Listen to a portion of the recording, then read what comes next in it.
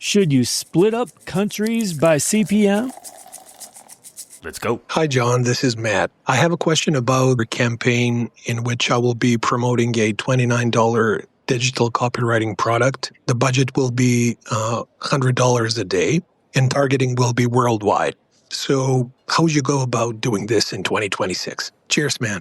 Great question, Matt. So Matt provided some additional context there that I had to edit out that was really helpful. But let's summarize the situation.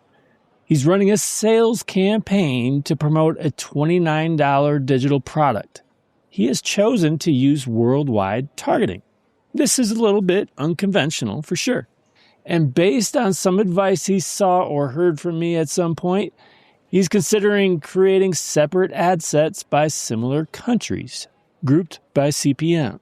And since he's spending $100 per day, he's concerned that he may water down his budget by splitting up the campaign into multiple ad sets.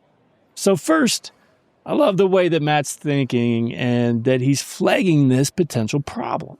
Now, I could be wrong, but I think he's been inspired by a blog post that I wrote 3 years ago called Strategically Target Countries for Quality Leads with Meta Ads.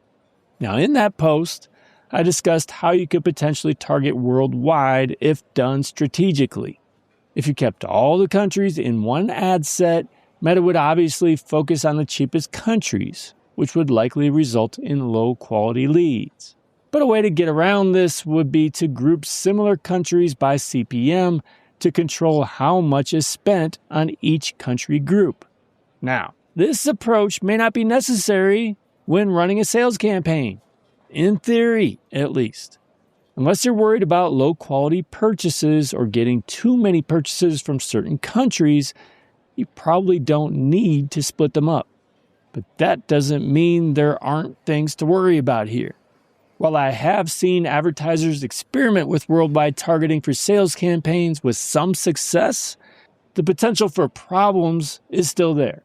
So in theory, Meta shouldn't waste a bunch of your budget on countries that aren't producing optimized actions. In this case, purchases, which matters. But that's something you have to monitor closely. While targeting worldwide wouldn't be my first choice, I also don't hate it as an experiment. And you're right to be concerned about watering down your budget if you're splitting up $100 per day. But you may not need to split up country groups by ad set in this case, since we're talking about purchases, not leads or something else. Now, with all that said, since targeting worldwide isn't something I normally do, I would approach this very carefully. I would try it with a single ad set. Then monitor how your budget is distributed by using the breakdown by country. You'll surely see a high volume of impressions in cheaper countries.